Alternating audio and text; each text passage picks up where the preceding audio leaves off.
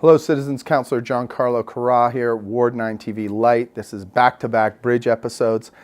Last Monday at Council, we made a fairly momentous decision regarding the Langevin Bridge. It was a momentous decision because it really signifies this City Council and this city's commitment to both the recommendations coming out of the Truth and Reconciliation Commission with regard to our relationship to our First Nations here in Calgary, our Treaty 7 relations, but also the city's own White Goose Flying Report, which was the City of Calgary's analysis of the TRC report and our commitment to really live up to the ideals of that. Now, there has been a little bit of controversy. On the whole, it's been very positive, the move we're making. As everyone should have heard by now, we have renamed the historic Langevin Bridge the Reconciliation Bridge.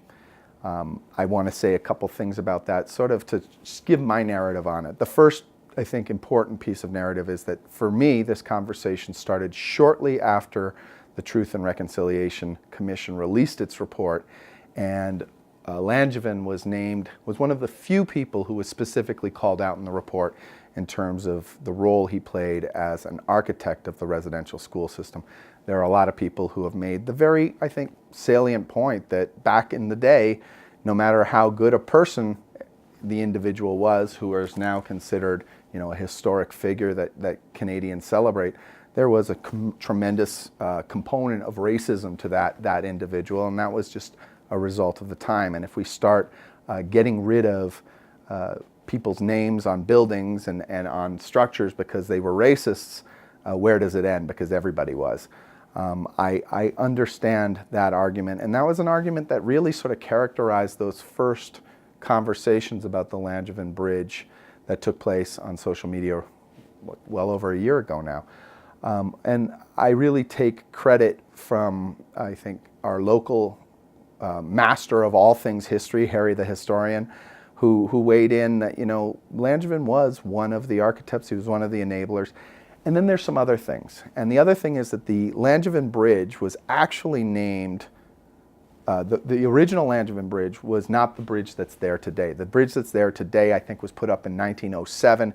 It's over 100 years old, but it was named the Langevin Bridge because the bridge that preceded it, that was actually built because of the stroke of the pen of Langevin when he was Public Works Minister, and it was built in the 1880s, and it was replaced in 1907. And at the time in Calgary, there were conversations about, why are we calling this the Langevin Bridge? We don't really have a connection to this guy. We should take this opportunity to celebrate something that's local and meaningful. And that conversation, for whatever reason, didn't really go anywhere, and we got the Langevin Bridge. The other thing we've heard is that Langevin was actually a fairly progressive person for his period of time. He was a supporter, or not a supporter, but he was someone who argued for clemency against Louis Riel when a lot of his contemporaries weren't. And the argument is, why are we actually pillaring this particular individual when he was probably the most progressive?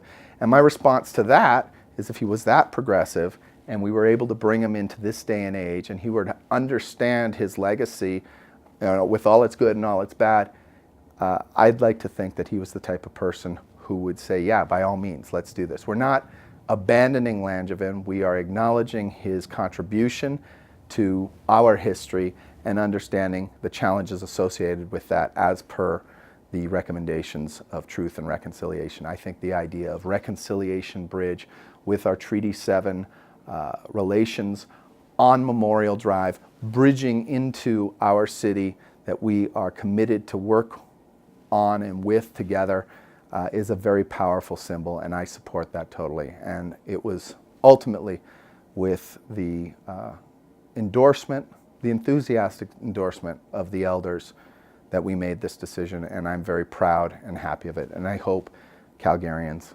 are as well. Councillor Gian-Carlo Carra, signing off.